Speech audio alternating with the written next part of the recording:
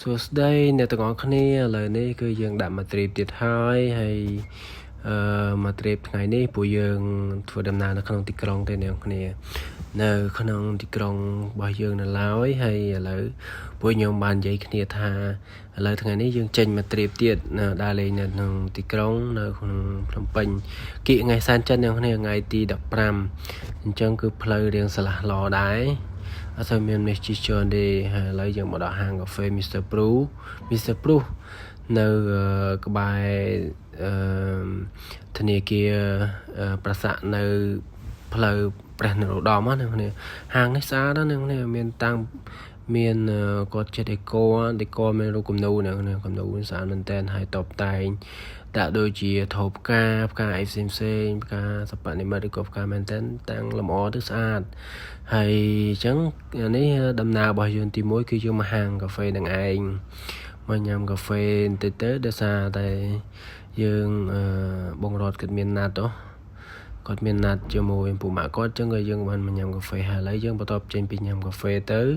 យើងជិះកាត់មានឯករាជ្យបន្តិចទេសភាពនៅមានឯករាជ្យស្អាតណាស់គ្នាហើយមានជនបរទេសអីជិះកង់ជិះឡានអីនៅនឹងហោហាយច្រើនដែរហើយដោយសារគិថ្ងៃសែនចិនអញ្ចឹងអត់សូវមានមនុស្សជិះទេស្លាស់ល្អផ្លូវនឹងងាយអីហ្នឹងហើយនេះឥឡូវផ្លូវនេះយើងចូលមកបឹងកងឥឡូវយើងបានមកដល់ហាងនេះបានមកដល់ហាងហើយហាងឈ្មោះbuffet សាច់អាំងកូរ៉េឥឡូវយើងបានមកដល់ហើយហាងនេះតុបតែងដេក័រស្អាតណាស់គ្នាមិនត្រឹមតែស្អាតទេអ្នកគ្នាខ្ញុំចូលទៅដល់ក្នុងហ្នឹងទៅហើយញ៉ាំសាច់អាំងរបស់គេពិសេសមែនឆ្ងាញ់ទៀតឆ្ងាញ់ហើយមានស៊ុបអីទៀតបើអ្នកគ្នាជីកាត់អីអ្នកគ្នាអាចចូលសាកបាននៅនេះនិយាយទៅឆ្ងាញ់របស់គេប៉ិនធ្វើ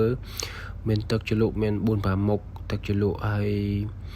សាច់អាំងមានពិសេសច្រើននៅក្នុងគ្នារៀបរាប់មកហើយឡើយខ្ញុំ selfie មួយអ្នកគ្នា selfie នៅក្នុងហាងហើយពួកយើងទៅនេះមានគ្នា3នាក់គ្នាបងរត់ហើយខ្ញុំហើយនឹងបងរបស់គាត់គ្នា3នាក់ហ្នឹងហើយអ្នកគ្នាមើលសាច់របស់គេមានតាំងពីមឹកមានតាំងពីសាច់ជ្រូក3ជាន់មានសាច់គោមានបកាមានបន្លែផ្សេងច្រើនមែនតើហើយអ្នកមើលគាត់ញ៉ាំឲ្យឆ្ងាញ់មែនតើអញ្ចឹងអាហ្នឹងដំណើរជុំទី2របស់យើងគឺយើងមកកន្លែងសាច់អាំងនឹងឯងហាងសាច់អាំងឈ្មោះរបស់គេគឺ I saw you កន្លែងសាច់អាំងណានៅផ្លូវបឹងកងផ្លូវ360នឹងនេះជីកាត់មកផ្លូវ360មកឃើញនៅចន្លោះពីផ្លូវនរោត្តមទៅផ្លូវមនីវង្សអ្នកគ្នាជីតាមផ្លូវ360ហើយនេះដំណើរចុងក្រោយរបស់យើងគឺមកមើល concert អូខេបាយ